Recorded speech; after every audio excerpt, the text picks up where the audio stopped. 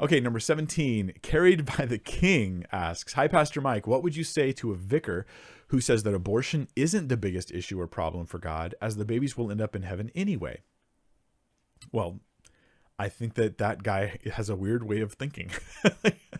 Okay, some people, it seems to me, think with their gut in a way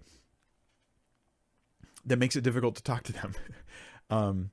I don't know if you can talk to the guy or not. When I hear that phrase, it sounds like the kind of thing where the guy says it, but he hasn't thought about it. And I would like to calmly have a discussion about it. Like, hey, what do you mean by that?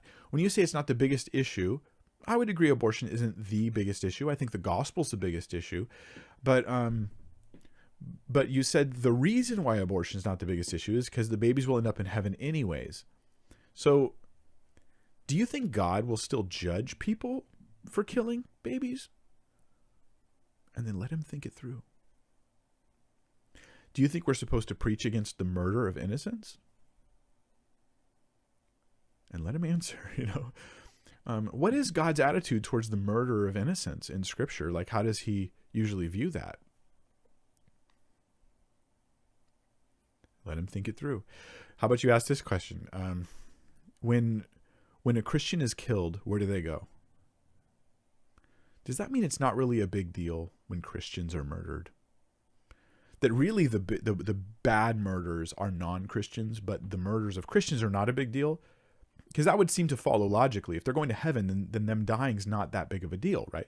So why then in Revelation is God so furious about the death of his saints, where the blood of the martyrs is crying out for judgment to fall upon the world? But didn't those people go to heaven? What I'm trying to do with all these questions is show that this vicar, maybe show him, or show somebody who's thinking this stuff, that you're not thinking rightly, because your observation leads to a conclusion that conflicts with Scripture. But my concern is that when people say things like this, abortion's not that big of a deal, is they're often just not thinking at all. And it's a little difficult to talk to them, because when you do challenge them on these issues, I'm just speaking from personal experiences, often people who think along these lines get personally offended. And so you find that the personal offense is what they're responding to and not the logic of your argument. When that happens, sometimes there's a different tactic you can take. Maybe don't go down the road of Scripture says this, what about this, what about that? But perhaps you say, well, if someone killed your baby, wouldn't it be a big deal?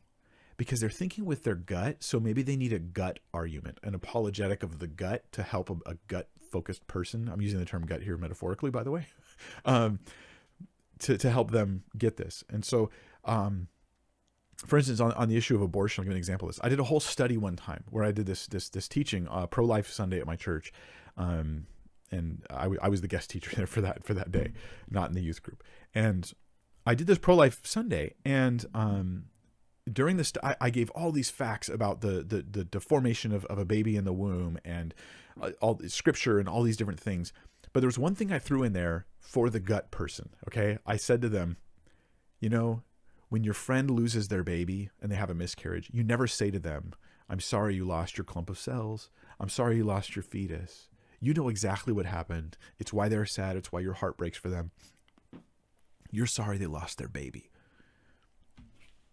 Now, I gave facts and figures and biology and Scripture, but that one phrase is what changed the mind of one lady in the congregation. She came up to me afterwards and says, I've always been pro-choice, but when you said that, I know, man. I know when my friend loses their child, I'm so sorry you lost your baby. I know what they lost. That was the thing. So rather than just criticize the gut-focused person, maybe we can think of ways of building a bridge to them and thinking, how do I help communicate on the way? Because their way of thinking isn't necessarily just plain wrong. It's just at least not the way I process things. And so maybe reach them there. So yeah, if somebody murdered your baby, would you think it wasn't that big of a deal because their baby goes to heaven? And of course, he would not say that. Or you say, as a vicar, if I came to you because someone killed my baby or my baby died, would you tell me it wasn't that big of a deal? Because there's something in the gut that will respond to that. Anyway, that's my thoughts on that. I hope you find them helpful. Yeah. When God didn't want to judge Nineveh and he sent Jonah to preach to them, he gave a couple reasons why. One of them was the children. He did not want to judge the city for the sake of the children, because even though he would usher them into his arms, he didn't want them to die. So it's still a tragedy. All right, number 18, JJLRG. The YouTube name is for Christ. And you say, why does Paul say in Ephesians 2:15, by abolishing the law of commandments expressed in ordinances, when Jesus said that he did not come to abolish the law in Matthew 5:17? Okay, Ephesians 2:15. You know what? Let me give me a moment, y'all. Be patient with me if you would while I look something up real quick.